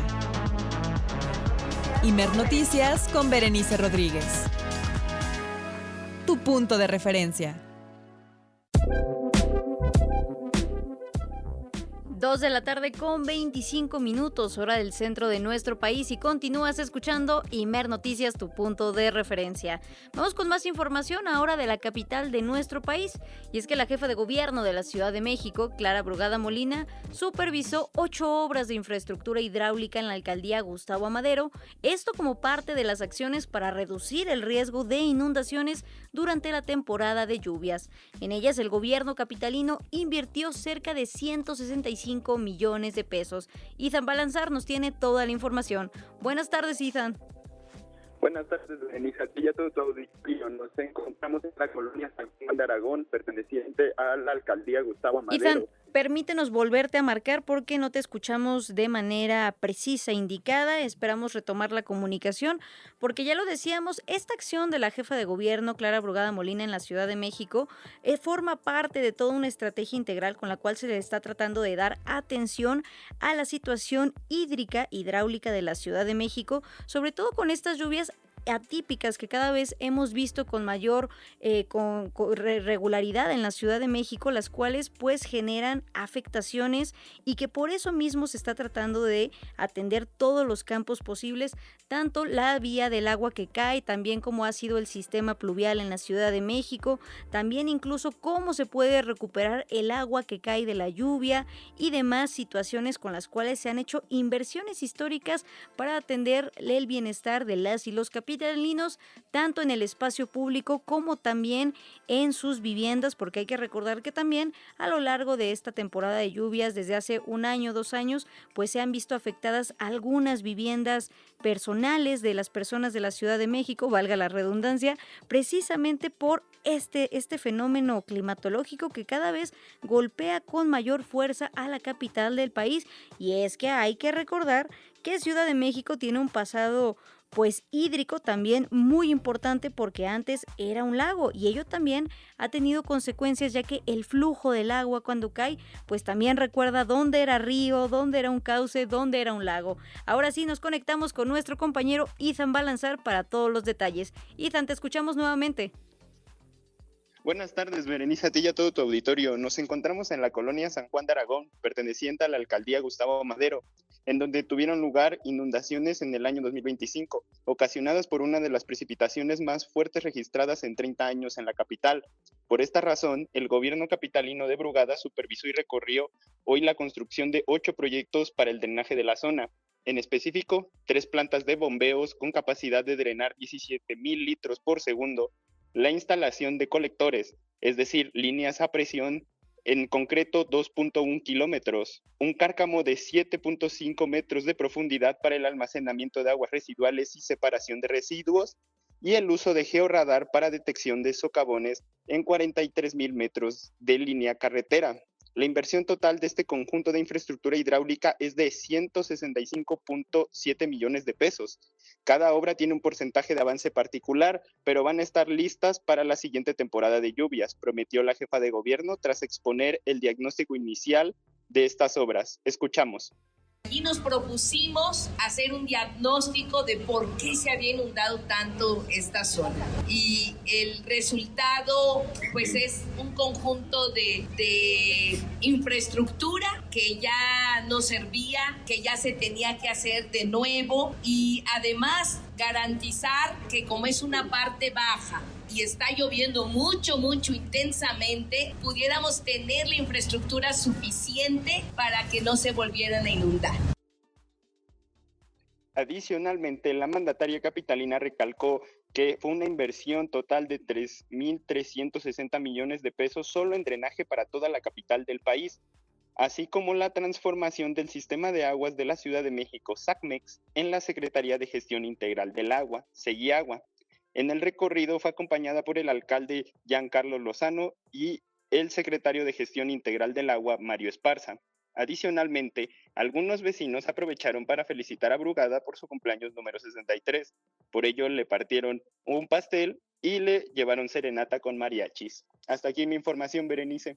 Muchas gracias, Ethan, y sobre todo hay que recalcar los números, ya nos lo compartías, 3.360 millones de pesos solamente invertidos en el drenaje de la Ciudad de México, insistimos, para el bienestar de las y los capitalinos. Muchas gracias y seguimos en comunicación, Ethan. Seguimos informando desde las calles. Cambiamos de tema ahora en Imer Noticias, tu punto de referencia, y es que en México el número de jóvenes que buscan empleo o están disponibles para trabajar bajó a cerca de 1.24 millones de personas en 2026, esto de acuerdo con la Encuesta Nacional de Ocupación y Empleo, ENOE. Esta cifra representa una disminución del 53% en comparación con el pico alcanzado en el año de 2020, cuando se registraron 2.62 millones. Con estos datos, la Secretaría del Trabajo aclaró las diferencias entre la encuesta oficial y el estudio Jóvenes en México 2026, elaborado por el Observatorio de la Juventud en Iberoamérica de Fundación SM. El informe señala que 4.5 millones de jóvenes están desinstitucionalizados, es decir, fuera del sistema educativo y del mercado laboral. Sin embargo, la dependencia explicó que esta condición no equivale automáticamente a estar desempleado. La categoría de la Fundación SM incluye a personas dedicadas a las labores del hogar o a las tareas del cuidado, además de que su muestra solo abarca zonas urbanas, excluyendo al sector rural. Por ello, la Secretaría del Trabajo enfatizó que la ENOE sigue siendo la herramienta oficial para medir la ocupación real en el país, ya que distingue con precisión entre quienes buscan empleo, quienes están disponibles y quienes se encuentran inactivos. Vamos ahora a Estados Unidos, ya que José Chajón Racson, una persona migrante de origen guatemalteco que fue llevada a un centro del Servicio de Inmigración y Control de Aduanas ICE en Newark, Nueva York, murió después de ser hospitalizado. El caso se remonta al 18 de julio, cuando fue detenido en el centro de Delaney Hall y sufrió una emergencia médica al día siguiente, con episodios similares a convulsiones. Posteriormente fue llevado a un hospital. El Departamento de Seguridad Nacional dijo que José Chajón Racson fue liberado el 22 de julio sin proporcionar más detalles al respecto. Y agregaron que no se supo de su muerte porque el ICE no es responsable cuando una persona fallece después de haber salido de la custodia, un caso en el cual quedan más preguntas que respuestas. En más información, la presidenta Claudia Sheinbaum rechazó las redadas de detención y cualquier violación a los derechos humanos de cualquier persona, más en contra de mexicanas y mexicanos que viven en Estados Unidos, donde trabajan honestamente. Esto luego de que se conoció que personal del Servicio de Inmigración y Control de Aduanas en Estados Unidos pretende usar ahora guantes que aplican choques eléctricos para las detenciones en aquel país. Y no es broma ni es un escenario distópico, es la realidad que ahora se plantea en Estados Unidos. Explicó también que el secretario de Relaciones Exteriores, Roberto Velasco, informará próximamente el estatus de las denuncias presentadas por México. Lo hemos manifestado. Nosotros no estamos de acuerdo ni con redadas ni con la violación de derechos humanos de ninguna persona, pero en particular de un mexicano o mexicana que ha ido a Estados Unidos a ganarse la vida y que tiene pues ya muchísimos años allá. Entonces eso lo hemos manifestado siempre y por eso ahora se interpusieron las demandas o las denuncias por la muerte de mexicanos en centros de detención o en detenciones. Entonces ya el miércoles puede informar Roberto con más detalle. Y esto es muy importante también tener en cuenta que al menos 15, prácticamente 17 connacionales han sido asesinados o han muerto en manos o en custodia del ICE en Estados Unidos debido, ya lo decíamos, a los niveles de violencia bastante inhumanos que se han aplicado en estas redadas migratorias, las cuales pues obedecen a una política migratoria de Estados Unidos que va en contra de los derechos humanos, no importa la nacionalidad, solamente es una política discriminatoria la cual se ha ordenado desde la administración del presidente Donald Trump y que por ello es importante ahora que también ante este anuncio de nuevas acciones que van a implementar o que piensan implementarse desde el ICE, pues se posicione en este caso el gobierno de México a favor de los derechos humanos y en contra de las violaciones y agresiones que comete este cuerpo de Estados Unidos en contra de las y los migrantes y sobre todo de las y los mexicanos que, como ya lo decía bien la presidenta, pues son personas que únicamente trabajan de manera honesta en ese país y que buscan otro tipo de vida, lo han encontrado y que tan es así que hoy millones de mexicanas y mexicanos residen precisamente en Estados Unidos, generando una comunidad muy importante en ese contexto. Continuamos con la información.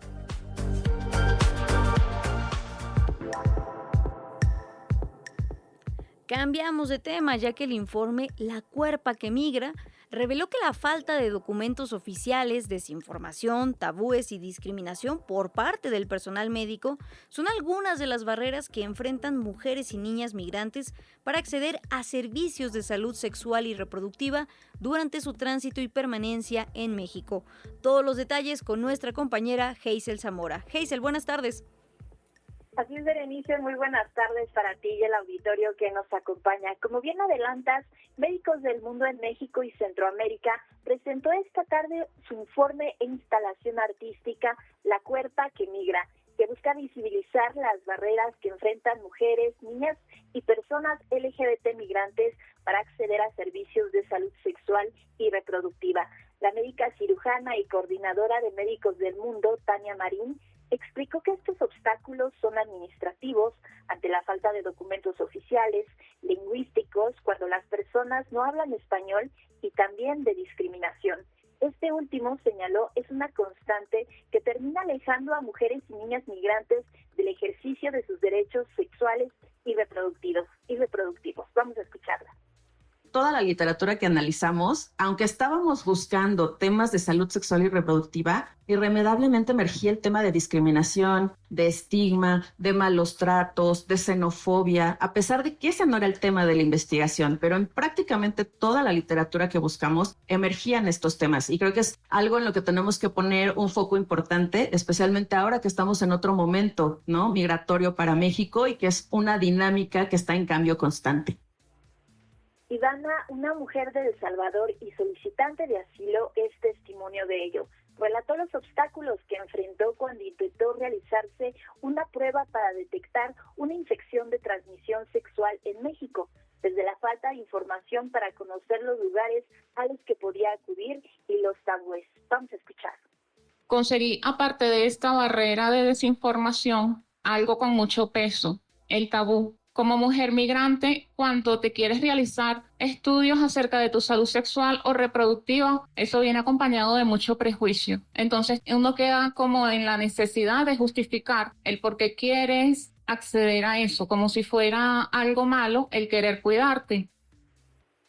A estas barreras se suman los gastos que implica acudir a los servicios de salud y el desconocimiento del marco jurídico por parte del personal médico, particularmente en temas como el aborto. También existe desinformación entre las mujeres migrantes sobre su derecho a interrumpir un embarazo cuando es producto de una violación sexual, una posibilidad legal en todo el país. De acuerdo con Tania Marín, muchas mujeres provenientes de países de Centroamérica, donde existen mayores restricciones para acceder al aborto, desconocen que en México tienen este derecho. Berenice, la información que les tengo esta tarde. Muchas gracias, Hazel, sobre todo que se vuelva a poner sobre la mesa el tema de los derechos de las mujeres y en este caso también las niñas a través de este informe La Cuerpa que Migra. Muchas gracias y buenas tardes, Hazel. Que tengan buen día, hasta luego.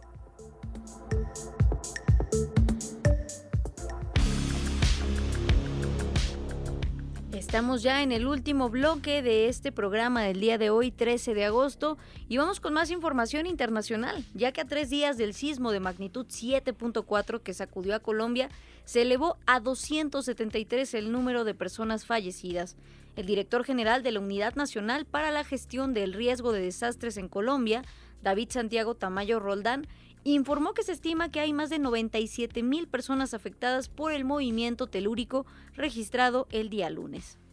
Tenemos el reporte de 40.753 familias afectadas, 97.515 personas, 273 fallecidos. De esos 273 fallecidos, 250 han llegado a medicina legal, 227 han sido ya reconocidos y 189 cuerpos han sido entregados a sus familias. Tenemos un reporte de 3.824 heridos y 377 desaparecidos, cifra oficial que maneja la Fiscalía General de la Nación. En conferencia de prensa informó que hay más de 12,000 viviendas destruidas y más de 74,000 con afectaciones. Tenemos 12.584 viviendas destruidas, 74.873 viviendas averiadas, 172 edificios colapsados, 2.198 centros educativos afectados, 825 centros comunitarios afectados, 216 centros de salud afectados, 71 acueductos, 29 entidades bancarias y 5 aeropuertos. Agregó también que se han reportado 242 animales afectados, de los cuales 99 han sido rescatados. Por su parte, la presidenta Claudia Sheinbaum informó que el gobierno de Colombia aún no ha autorizado el ingreso de la brigada de rescatistas mexicanos que se encuentran listos para viajar a ese país, ya que las autoridades colombianas solicitaron una certificación para permitirles el acceso. Mientras se define el traslado de la brigada, indicó que México ya envió despensas e insumos médicos para apoyar a la población afectada de Colombia. Ayer comenté que a Colombia habían ido los rescatistas, la brigada de rescatistas del ejército, pero no, pidieron certificación por parte de Colombia, están certificados, pero ahora piden otra certificación. Entonces estamos llevando a través de aviones Hércules, despensas, insumos médicos y otras cosas que solicitan. Pero sí, para aclarar que la brigada de la Secretaría de la Defensa Nacional de Rescatistas pues no fue aprobada por el gobierno de Colombia, está lista para salir en cualquier momento. Bueno, han ido a 98 países a rescatar y a trabajar por la gente solidariamente. Bueno, es importante que se conociera esta información porque ayer tenía la información de que sí habían ido, pero hoy me hicieron la aclaración en el Gabinete de Seguridad.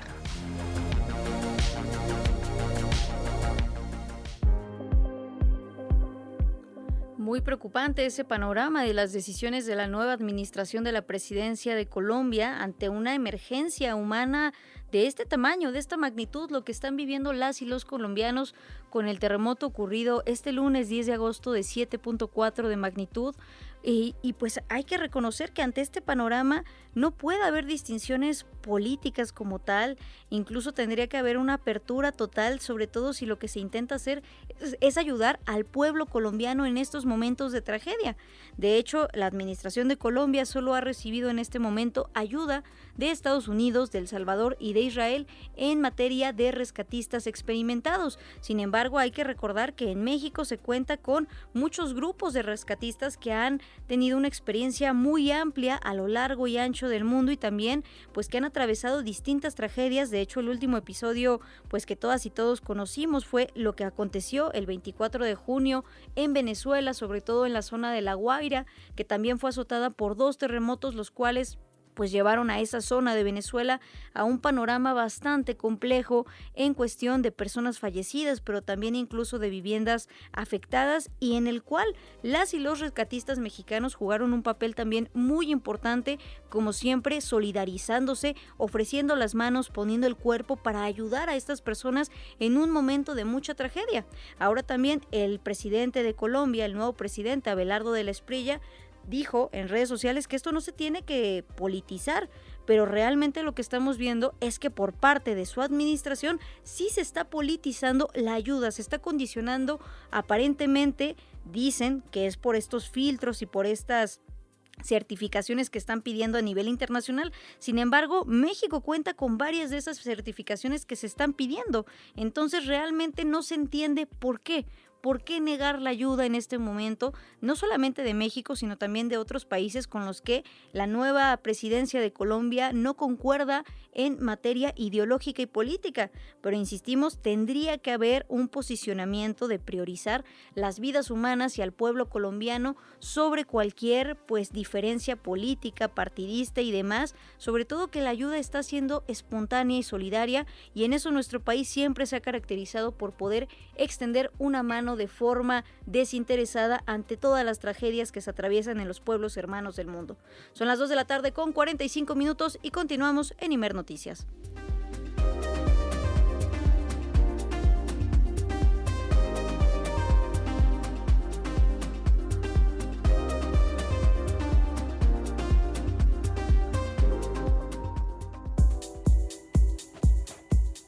Vamos con más información, ya que las llamadas al sistema 911 de las instituciones de seguridad pública estatales aumentaron 2.8% el año pasado en relación a 2024, indicaron cifras del INEGI.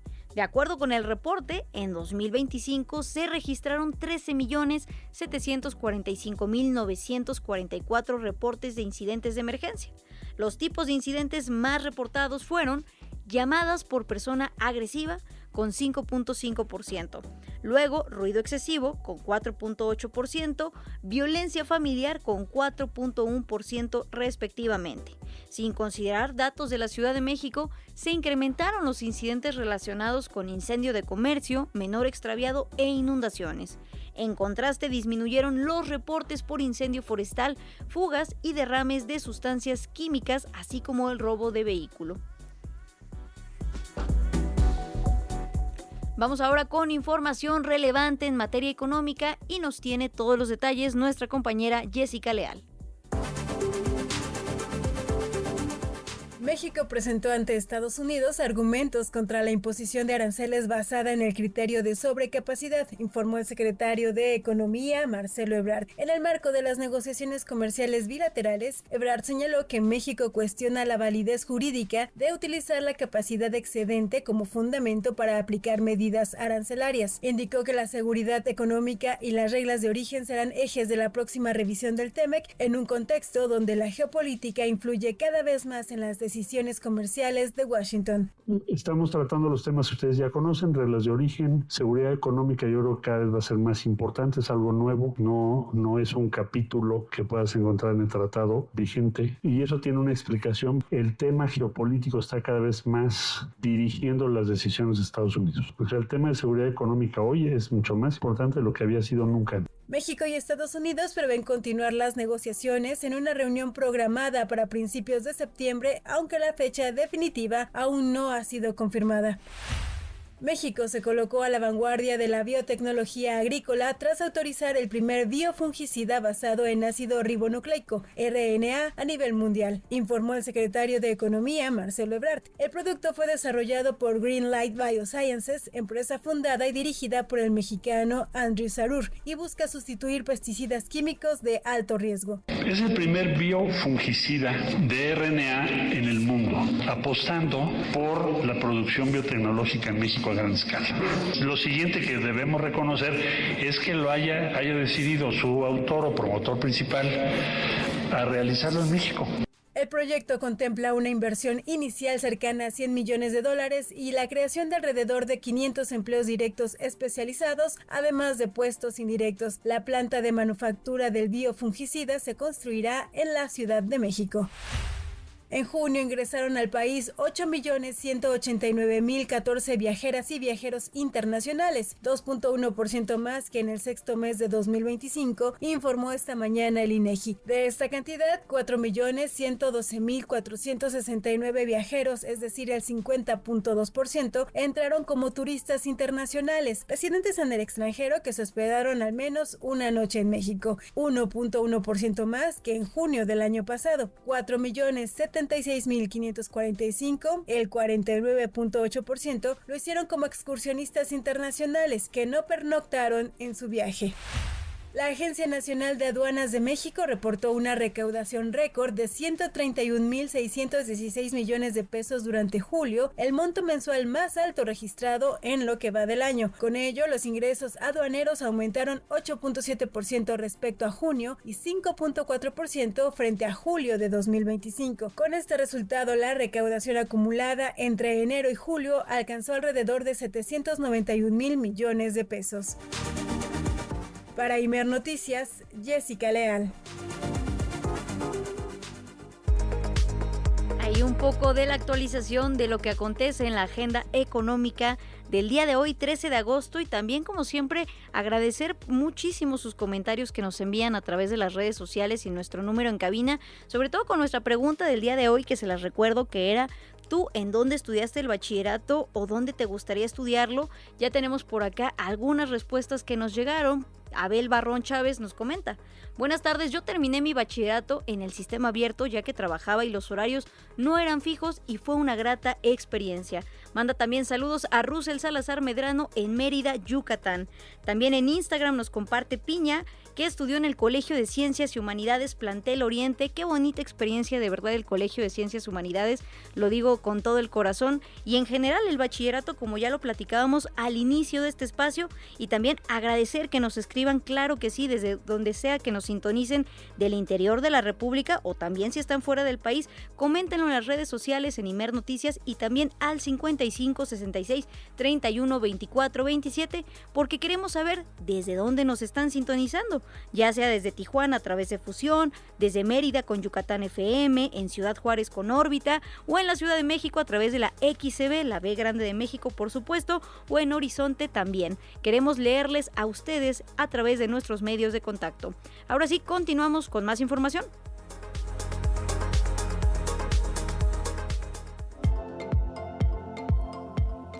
Nos vamos ahora a temas más culturales, y es que el circo como espacio de sueño, de risa y de magia es el espectáculo que de hecho se presentó en el Teatro del Pueblo en la Ciudad de México, en donde niñas y niños de todas las edades disfrutaron de la fantasía de las marionetas.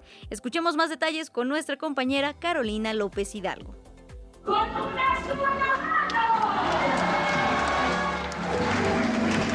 El circo como un espacio de sueño, de risa y magia.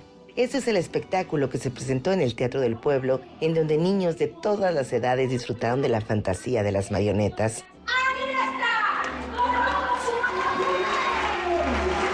El circo de Lourdes Pérez Gay es un show que lleva de la risa a la sorpresa, que invita a celebrar uno de los espectáculos más antiguos. Un circo sin trapecio es como un niño sin sueños. A continuación, surcando el cielo de nuestra pista, nuestra queridísima estrella. El payaso, el malabarista, la equilibrista y el domador de leones son algunos de los personajes que hicieron gozar a las familias. Como que te regresa a la infancia, porque pues antes los veías solamente en la televisión. Y pues sí, es bonito porque ahorita ya es gratis. Antes pues sí era un costo del cual no podíamos como tal tener para disfrutar este tipo de eventos. Bueno, la verdad a mí me gustó el león, el Buliberto, y también el que tenía el pelo rojo, no me acuerdo cómo se llama. Pero ahorita sí estuvo bonito eso. Pues realmente estuvo padre porque sí es como dice mi hermana, que es una experiencia que a lo mejor lo vimos de chicos y pues teníamos que estar rogando mucho para poder asistir a un circo en ese tiempo, donde ahorita también los cambios de gobierno y todo eso han hecho que se pueda entrar a estos eventos y recordar pues muchas cosas de la infancia. Muchos de los asistentes vieron por primera vez un espectáculo de marionetas y otros tantos rieron del humor sano y de la alegría de existir y de vivir. Nosotros vivimos aquí en parte de la delegación Cuauhtémoc. Estamos en un taller ahí donde nos enseñan a nuestros hijos. Nos hicieron la invitación para venir a ver la función, pero está muy, muy, muy padre, muy bonita, la verdad. Los títeres. Me pareció muy bonito, pero como había mucha gente alta, pues la verdad no alcancé a ver mucho, pero las cosas que vi sí me gustaron. Estaba bonita y ya. Muy bonito, muy creativo, la verdad muy creativo, muy bonitos los personajes, muy entretenido, me gustó mucho. Para Imer Noticias reportó Carolina López Hidalgo.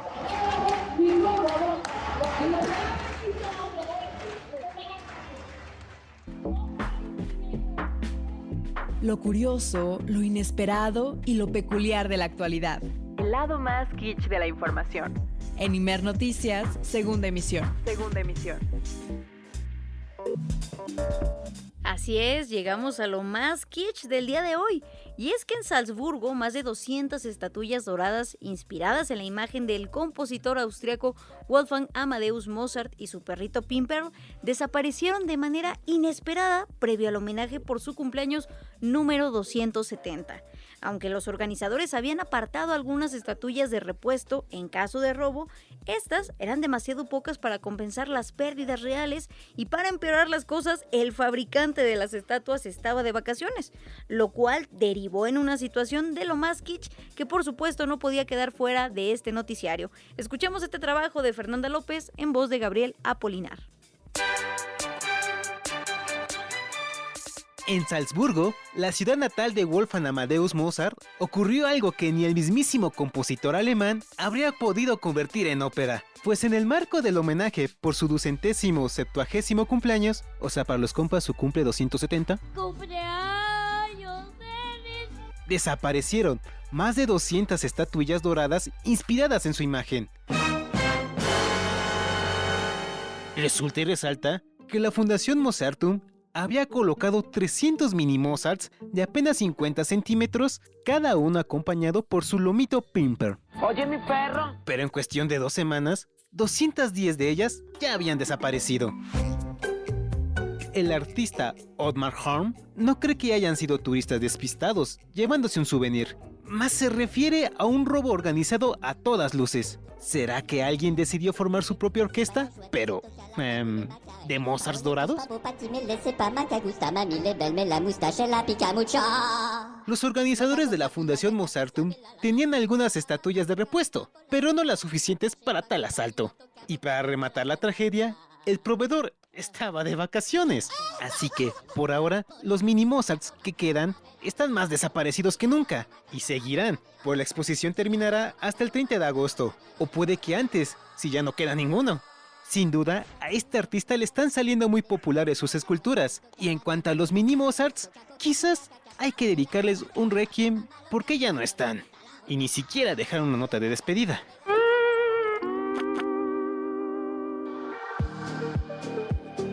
Ya escuchábamos lo más kitsch del día de hoy, 13 de agosto de 2026, y nuevamente agradecer a todas y a todos los que se comunicaron a través de las redes sociales de Imer Noticias y también a nuestro número en cabina con nosotras y nosotros, ayudándonos a contestar la pregunta del día, que era ¿a qué bachillerato o prepa fueron o a cuál les gustaría ir? Sobre todo porque ya lo decíamos, es una etapa muy importante, no únicamente en tanto la estructura académica de un joven, de una joven, sino también incluso en su desarrollo personal y también como una etapa fundamental para la socialización y que descubran quiénes son, qué quieren ser y qué les gusta en esta vida. Y ya rápidamente, también antes de despedirnos, ahorita que escuchábamos la cápsula de nuestra compañera Carolina López Hidalgo respecto a este evento que hubo de marionetas en el Teatro del Pueblo, hay una recomendación muy bonita, y es que al lado de ese teatro, que está en el centro histórico de la ciudad, se encuentra un mercado que es el Mercado Abelardo L. Rodríguez, en el cual les recomiendo mucho, si están en la Ciudad de México, que se den una vuelta, porque tiene de verdad unos murales muy muy bonitos e impresionantes que retratan la vida cotidiana de México entre 1934 y 1936, y también tienen un componente político muy bonito de la izquierda, sobre todo retratando lo que es la lucha obrera. Todas ellas y ellos, los artistas que hicieron estas obras, eran discípulos y colaboradores de Diego Rivera, pero también hay obras de Pablo Higgins, de Gracie Marion Greenwood, de Ángel Bracho, de Antonio Pujol. Entonces de verdad vale mucho la pena asistir a este mercado que está al lado del Teatro del Pueblo, y bueno, ni hablar también de este teatro que tiene una estructura muy bonita y una historia también importante para la Ciudad de México. Llegó el momento de despedirnos, pero antes agradecer a todo el equipo que hizo posible esta transmisión y también a ti que nos dejaste acompañarte estas 2 horas. Nos vamos con El Pueblo Unido de Inti Illimani para cerrar este día. Gracias y buenas tardes. El pueblo unido jamás será vencido. El pueblo unido jamás será vencido. De pie cantar que vamos a triunfar. Avanzan ya banderas de unidad y tú vendrás marchando junto a mí y así verás. Las opiniones aquí expresadas son responsabilidad de sus autores y no representan la posición editorial de Imer Noticias.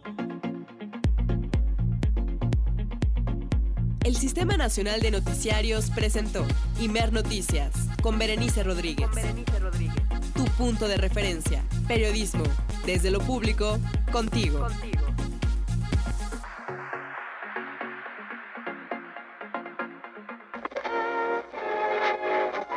Okay, so.